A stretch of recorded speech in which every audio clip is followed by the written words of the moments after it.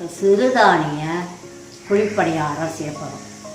இதை எப்படி செய்யறது, அதுக்கு தேவையான பொருட்கள் என்ன சொல்கிறேன். இந்த மாவு நான் ஏற்கனவே உங்ககிட்ட காட்டியிருக்கேன். எல்லா சிறுதானியத்தையும் ஊற வச்சு அரைச்சி குடிக்க வச்ச மாவு. இதில் தோசை, இட்லி, அன்றைக்கே சொன்ன ஊத்தப்போ, வெஜிடபிள் தோசை, சீஸ் தோசை எல்லாம் பண்ணலாம். அந்த மாவு கொஞ்சம் தோசைக்கு கொஞ்சம் தண்ணியாக கரைச்சிக்கணும். இது குழிப்பணியாரத்துக்கு கொஞ்சம் கட்டி, அதே மாவு கட்டியாக எடுத்து வச்சுக்கணும். உப்பு போட்டு அரைச்ச மாவு. இது புளிச்ச மாவு.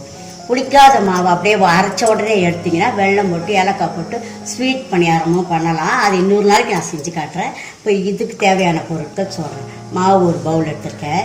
கடுகு 1 ஸ்பூன், உளுத்தம்பருப்பு 2 ஸ்பூன், கடலைப்பருப்பு 2 ஸ்பூன், கருவேப்பிலை, கொத்தமல்லி தேவையான அளவு, 3/4 பவுல் தேங்காய் துருவுனது, பெரிய வெங்காயம் நைஸாக அரிஞ்சது, கீரையோட தண்டு நைஸாக அரிஞ்சு வச்சுருக்கேன், 1 பவுல் இஞ்சி, 1 துண்டு நசுக்கி வச்சுருக்கேன், 2 பச்சை மிளகாய் நைஸாக நறுக்கி வச்சுருக்கேன், 1 கேரட் துருவுனதே இவ்வளோ வருது.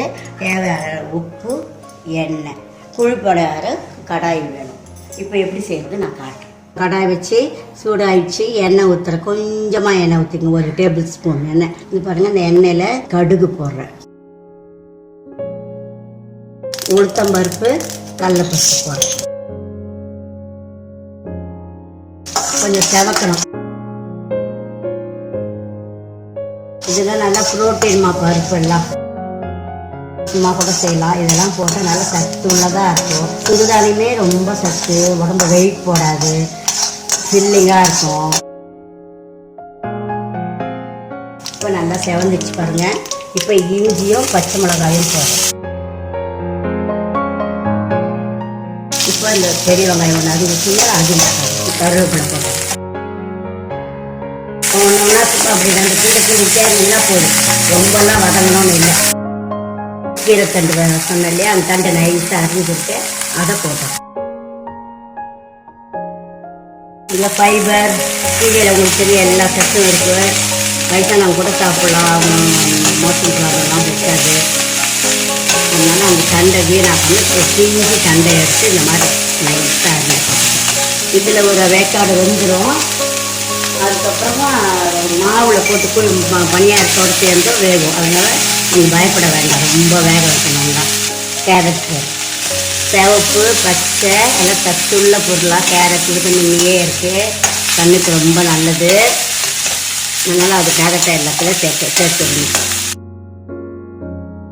இப்போ இந்த தேங்காய் 1 பவுல் இருக்குல்ல, அது எடுத்துக்கணும். தேங்காய் இது டேஸ்ட்டுக்குமா, காரத்தை அடிச்சிடும். டேஸ்ட்டுக்கு தேங்காய் போட்டால் வயிற்று புண்ணெல்லாம் ஆற்றும். தேங்காய் போட்டு ரொம்ப வதக்கூடாதுமா, அவ்வளோதான். இப்போ நம்ம ஸ்விட்ச் ஆஃப் பண்ணிடலாம். கடைசியாக கொத்தமல்லி போட்டுறேன், இறக்கி வச்சிட போகிறேன். இதை மாவில் போட்டு கலக்க போகிறேன். அதில் இறக்கி வச்சுட்டு இதுக்கு தேவையான அளவு உப்பு போடுறேன். மாவில் உப்பு இருக்குது, அதனால் பார்த்து போடணும். இந்த காய்க்கு மாத்திரமா நீங்கள் உப்பு போடணும். இது பாருங்கள், முதல்ல இதை போட்டுறேன். அதிலே இந்த மாவு, வெறும் மாவில் அதை இதில் போடுறேன். கொஞ்சமாக தண்ணி ஊற்றி எல்லாத்தையும் கழுவி இதிலே ஊற்றிக்கலாம், ரொம்ப கட்டியாக இருக்குது. இந்த காய், அந்த மாவு எல்லாம் ஒன்றா போட்டு கலந்து வச்சுருக்கேன். இந்த பதத்தில் போட்டுக்கோங்க. குழிப்பணியாரத்துக்கு ஏற்ற மாதிரி கொஞ்சமாக மாவு எடுத்து போடுற மாதிரி கரெக்டு ஸ்பூன் வச்சுக்கோங்க. யாரை கடாயை வச்சு எண்ணெய் ஊற்றுறேன். பாதி எண்ணெய் ஊற்றுனீங்கன்னா போதும், ஃபுல்லாக எண்ணெய் ஊற்றாதீங்க. இப்போ பாருங்கள், எண்ணெய் காஞ்சிச்சு.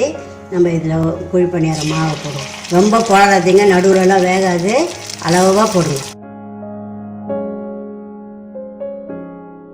ஒரு ஃபோர்க்கோ கம்பியோ வச்சுக்கோங்க. வச்சுக்கிட்டு வெந்த உடனே திருப்பி போடணும். நல்லா செவக்கட்டும். நல்லா வெந்துடுச்சு, உருண்டு அழகாக வருது பாருங்க. வெந்துடுச்சுன்னு அர்த்தம். அப்படியே திருப்பி போட்டுருங்க. மீடியம் ஃபயர் வைங்க, ரொம்ப ஜாஸ்தி ஃபயர் வைக்காது. அழகாக திருப்பி போட்ட நல்லா வெந்துடுச்சு. இந்த பக்கம் வேகணும், ஆனால் மீடியம் ஃபயர்லாம் வச்சுருக்கேன். அதனால் நல்லா உள்ளெல்லாம் வெந்து நல்லாயிருக்கும். நான் இது எண்ணெயில் தான் பண்ணியிருக்கேன். உங்களுக்கு என்ன எண்ணெய் தேவையோ அதில் பண்ணுங்கள். எண்ணெய் வேணாம் குழந்தைங்களுக்கு கொடுக்குறாங்க, நெய்யில் சொல்லலாம். நான் அதிக நெய்லையும் உங்களுக்கு சுட்டு காட்டுறேன். நல்லா முறு நல்லா வெந்துடுச்சு. எப்படி வந்து பந்தாட்டம் விழுது பாருங்கள், தூக்கி போட்ட உடனே. நான் 3 தடவை பணியாரம் சுட்டுட்டேன். முதல்ல ஊற்றின அரை குழி எண்ணெய் தான், அதுவே பார்க்க நிறைய மிச்சம் இருக்குது. முதல்ல இது நீங்கள் எண்ணெய் குடிக்கும் எண்ணெய் பொருளாச்சேன்னு நினைக்காதீங்க. எண்ணெயே இழுக்கல, அப்படியே இருக்க அந்த அந்த உருண்டை குழி பணியாரத்துல எண்ணெய் இல்லை, மிச்ச எண்ணெய் இதுலேயே இருக்குது பாருங்கள். அதே இதில் வந்து நெய் போட்டு கொஞ்சமாக ஊற்றுங்க. நெய்யோ எண்ணெயோ இழுக்கலை. ரவுண்டாக வரலாம் நீங்கள் பயப்பட வேணாம். அது குழியாக இருக்கிறதெல்லாம் ஆட்டோமேட்டிக்காக அதுவே போய் செட் ஆகிடும் ரவுண்டாக. இப்போ நான் அடுப்பை ஆஃப் பண்ணிவிட்டு இந்த நெய்யில் சுற்றதெல்லாம் எடுத்து வைக்கிறேன். குழிப்பணியாரம், சிறுதானிய குழிப்பணியாரம் ரெடி ஆயிடுச்சு பாருங்க. இது நான் அப்படியே நெய்யில் செஞ்சது, இதெல்லாம் நான் எண்ணெயில் செஞ்சது.